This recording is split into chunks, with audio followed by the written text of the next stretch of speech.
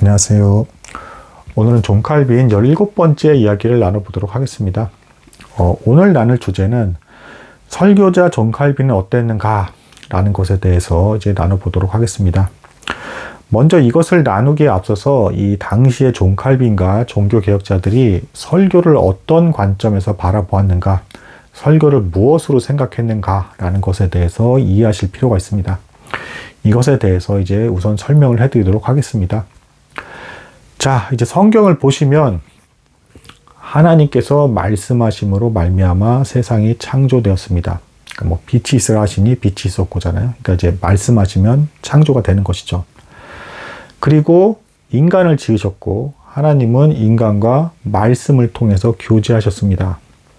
그리고 이 하나님의 말씀은 하나님의 영원하신 뜻과 지혜가 담겨 있는데, 이 하나님의 영원한 뜻과 지혜가 인간의 몸을 입고 나타나신 분이 예수 그리스도십니다.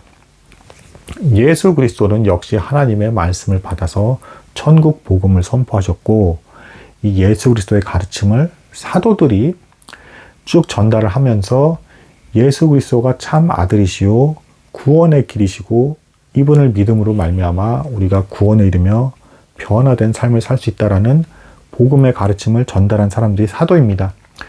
이렇게 연속선상으로 하나님의 말씀이 전달이 되고 있는데, 이 예수 그리스도로부터 연결이 되는 이 상황, 예수 그리스도의 사역이 연결돼서 지금까지도 쭉 내려가는 상황에서 사용되는 것이 설교인 것입니다. 그러니까 설교는 곧 예수 그리스도의 사역의 연속선상에 있다, 뭐 이렇게 말을 하고 가르치고 그렇게 그런 관점으로 받아들이고 있었던 사람들이 존 칼빈과 종교개혁자였습니다. 이제 다시 정리해서 말씀드리면 설교는 곧 예수 그리스도의 사역의 연속선상이다, 이렇게 본 것입니다. 자, 근데 앞에 창조부터 시작해서 쭉 이렇게 일련의 이걸 얘기한 이유가 있어요. 여기서 이제 주의해야 될 부분이 있습니다.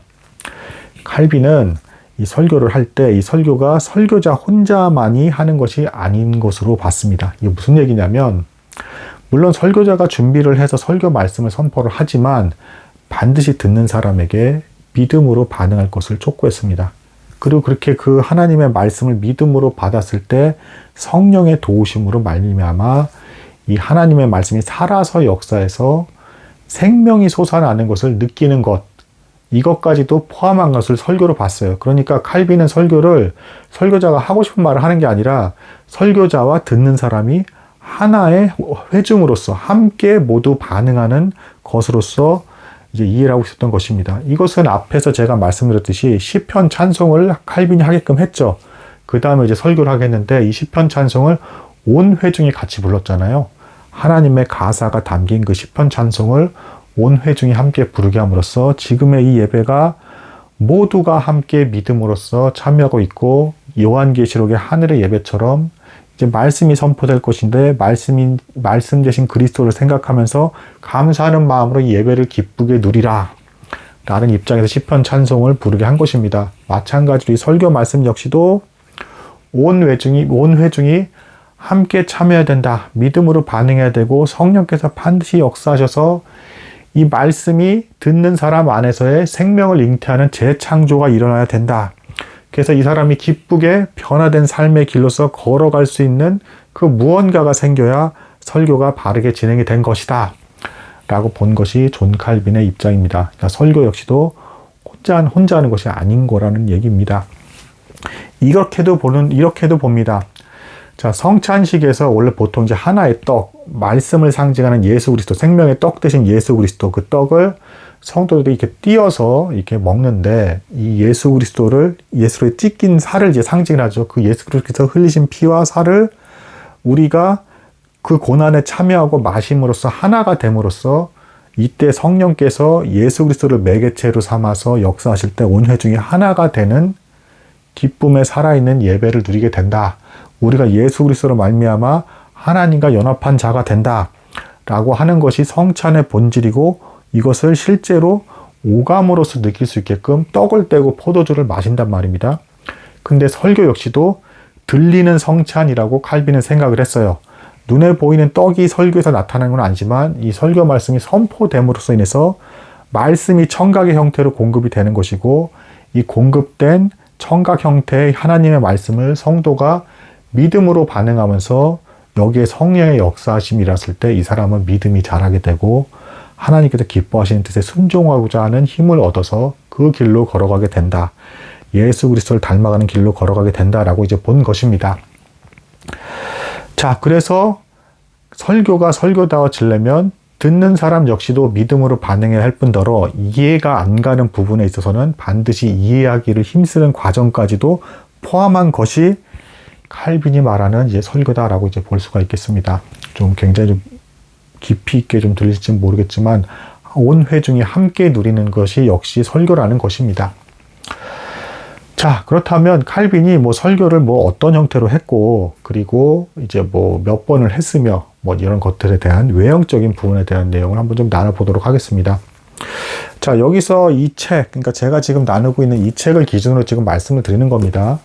오해하지 말으셔야 될 게, 이 칼빈이 활동했던 시기가 종교개혁의 시대니까 왠지 칼빈이 이때 당시에 전한 말씀은 굉장히 논증적이고, 뭐, 천주교에 대해서는 비판적이고, 그러면서 투쟁적이면서도 뭔가 확고한 어떤 행동을 막 촉구하면서 강압적이고 뭔가 완고한 듯한 느낌을 주는 이런 설교를 했을 것으로 착각하기가 쉬운데, 오히려 이제 듣는 사람들의 이때 당시의 반응은 마치 아버지나 어머니가 이제 사랑하는 자녀에게 따뜻한 마음으로 이게 이런 뜻이고 이게 이러이러한 의미를 지니고 있다라는 그런 형태의 말씀을 듣는 기분을 느꼈다라고 합니다. 그래서 굉장히 은혜로웠고 더 많이 설교해 달라고 이제 요청을 하게 됩니다. 근데 그 이유가 있습니다.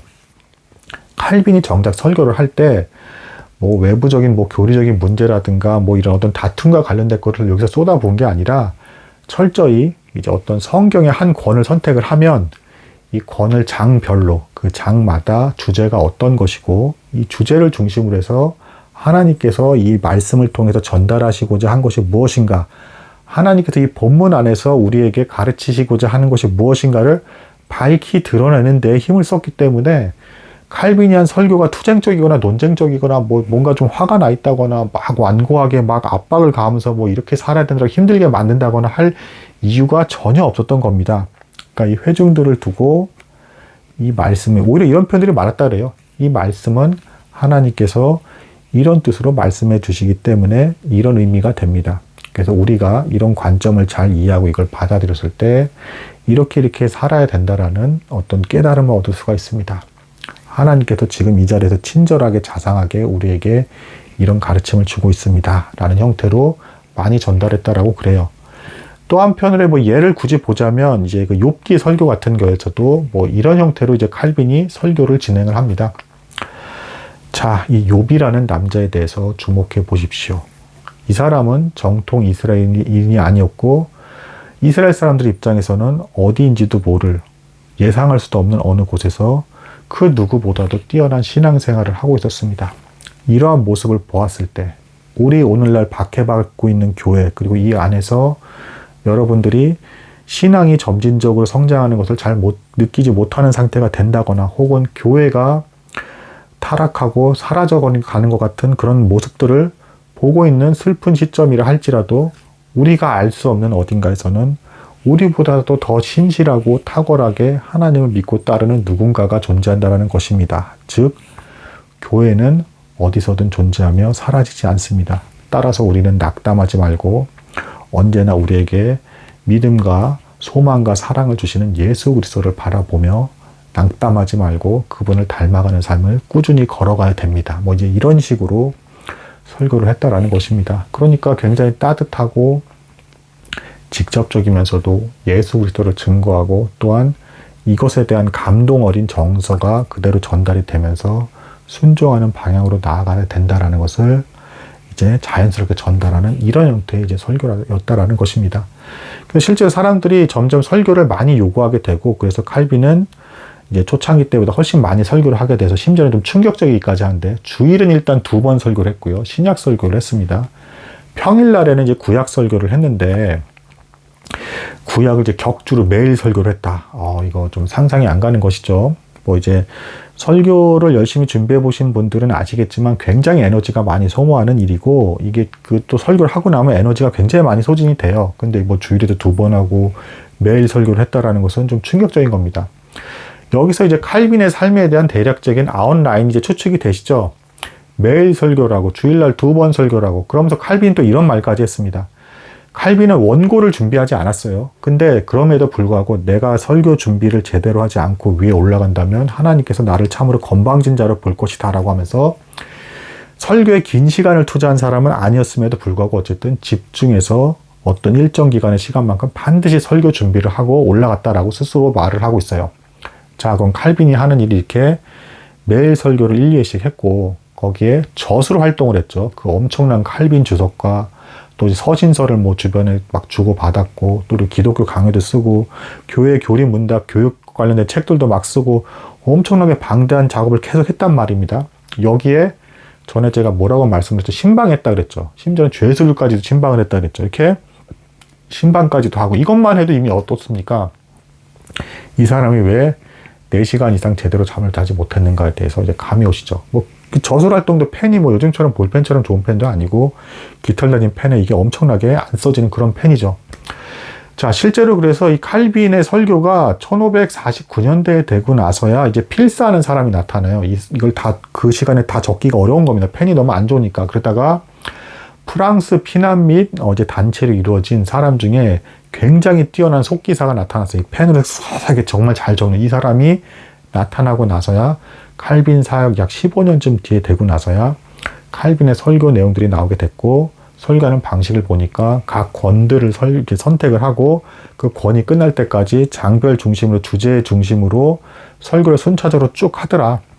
심지어는 이런 예화도 있습니다. 생피에르 교회에서 1538년에 설교를 했는데, 그러고 나서 나중에 다시 1540년에 설교를 하게 된 일이 있었습니다. 2년 뒤죠. 근데 2년 뒤에 정확히 전에 했던 본문 다음 본문을 설교를 하더랍니다. 그러니까 이렇게 정확히 하나님의 말씀이 말하고자 하는 그 의도, 이것을 밝히 드러내는 형태로 말씀을 중심으로 설교를 했기 때문에, 정작 설교에서는 뭐 논쟁적인 내용이 나오고, 뭐 지금 상황과 연결된 뭐 시사 정치 문제라든가 또 막 흥분해서 전하고 뭐 엄격하게 이렇게 지켜면 이런 식의 설교는 전혀 나오지 않았다는 것.